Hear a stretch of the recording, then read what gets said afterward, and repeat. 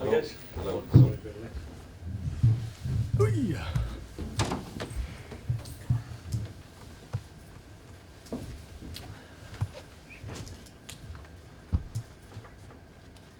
Okay. Yes, let's go. Okay.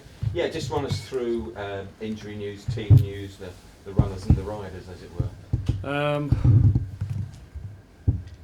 Right off the top of my head, hopefully don't forget any. Shea Given not available. Mark Wilson not available. Got a tweak on his knee again. Unfortunately, played in a game at Crewe, so nothing too serious. Just opened the knee up a bit, so he's not available.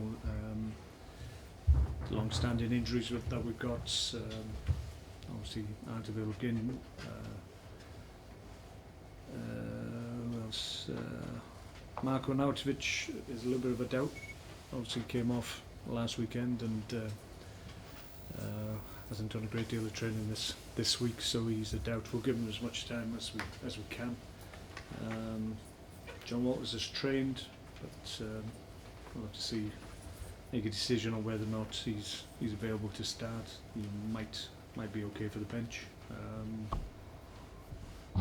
Apart from that, if you can remind me of any I've missed, Glenn Johnson, we're hopeful is going to start training with the senior group next week, so that's good news. Hopefully he'll have a couple of weeks decent training and he might be okay for the end of season games, hopefully. To what extent do you think this growing injury list has been responsible for the poor sort of last few games you've had?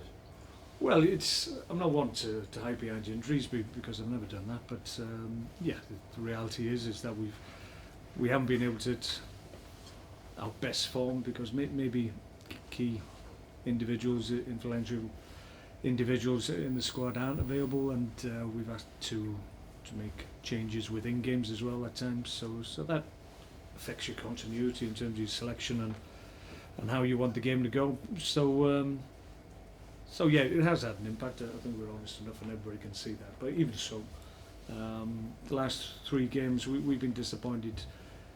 On paper they were always difficult fixtures, in fairness, but obviously the concern from our point of view and the disappointment is the margin of defeat that we've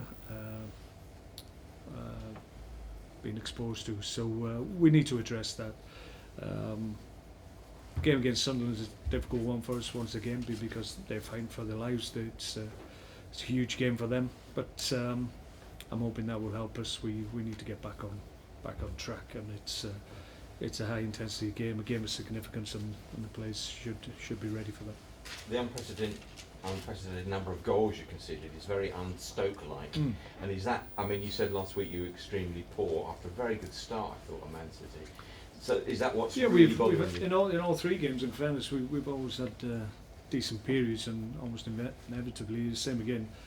We had a decent enough start, as you said, but then made a couple of mistakes defensively and found ourselves 2-0 down. Probably our best period in the game came after half time. And we're in the ascendancy, looking like we could get one back, and then lo and behold, the very first, I think, Man City attack of the second half, they scored again. So you can't defend like that. And it's not just the guys in defensive positions; it's a collective thing, and we pride ourselves on how we defend as a team. And we just lapsed in key moments in games, and in the Premier League, usually if that happens, you get punished, and that's what we've found, unfortunately. But you're right in saying in every game we've played, there's been good periods where we've done okay. Liverpool away the first half, I thought we were very unlucky to be behind in the game, but then as you try and chase to get back on level terms, you get picked off going the other way, and that's happened in all the games, in fairness. So it's been unfortunate, but it's something that we need to address. We don't like the fact that goals are coming too easily for the opposition, so we need to do something about it.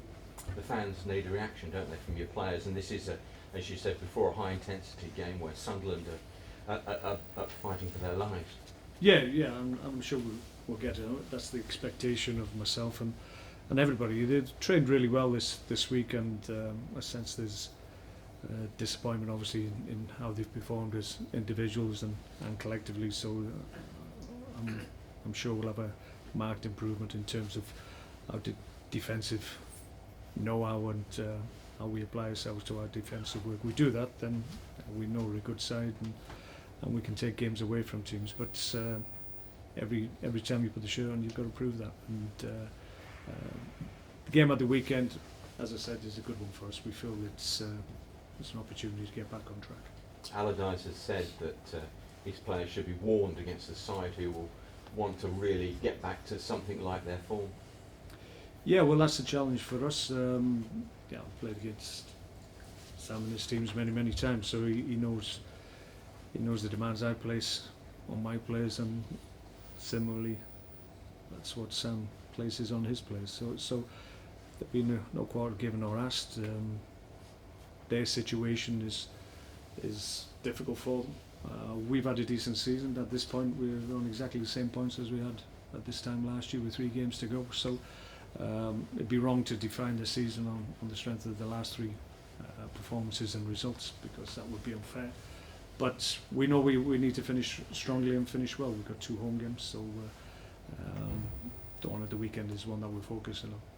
That must be great with you being professional, how well the season's gone, and compare it to last year, and then to have a really out of the blue slump like this. Yeah, I mean, we've talked about the reasons, but it must be great with you as a professional. Yeah, it's disappointing because a lot of hard work's gone into the season.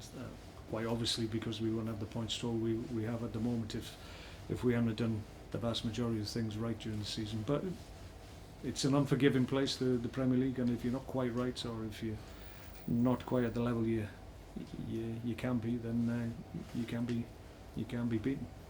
Doesn't matter who you're playing with. It's unfortunately for us, it's coincided with going up against 3 teams that are in a good vein of form. So we've been punished as a consequence. But we know we can do better, and we will do.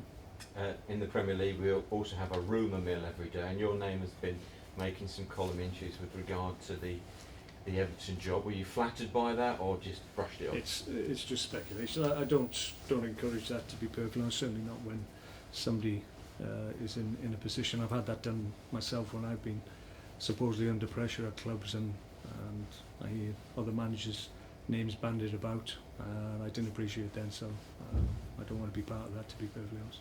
But I guess it's down to your professionalism, the way you've been here, that kind of interest comes. It's a flattering sort of thing. Well, on the back of obviously having 3 poor performances, I suppose speculation of positive speculation is good, so that's the only thing I can say about it, really. Okay, thanks. Well done. Blimey. Good. Thank you. See you now.